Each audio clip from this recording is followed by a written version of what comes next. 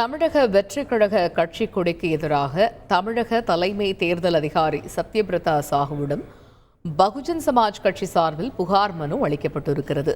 இது குறித்த முழு விவரங்களை எமது செய்தியாளர் பாஸ்கர் விவரிக்க கேட்போம். பாஸ்கர், வணக்கம்.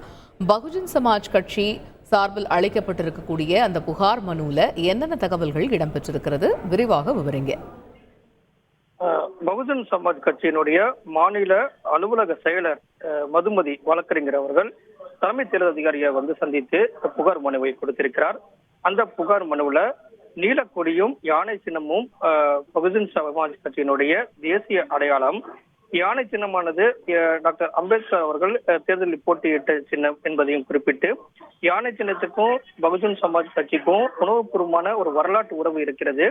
தமிழகத்துல புதிதாக கட்சி தொடங்கி இருக்கக்கூடிய நடிகர் விஜய் அவர்களோடு தனதுடைய கட்சியினுடைய கொடியில அதை பயன்படுத்தி இருக்கிறார். தேசிய அங்கீகாரப்பட்ட யானை உருவம் அதில் இடம்பெற்றிருக்கிறது.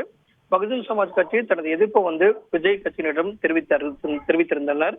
ஆனால் எந்த விதமான பதிலும் அவர்கள் தெரிவிக்கவில்லை. இதன் காரணமாக தலைமை தேர்தல் அதிகாரியிடம் புகார் மனுவை கொடுத்திருக்கிறோம். தலைமை தேர்தல் அதிகாரி இந்த விவகாரம் அனைத்துமே தேர்தல் ஆணையம் முடிவெடுக்கும் இந்த விவகாரத்துல. ஆனால் கருத்துக்கள் எங்களிடம் கேட்பார்கள், அப்போது நாங்கள் உரிய விளக்கத்தை கொடுப்போம் அப்படிங்கறத தெரிவித்திருக்காங்க.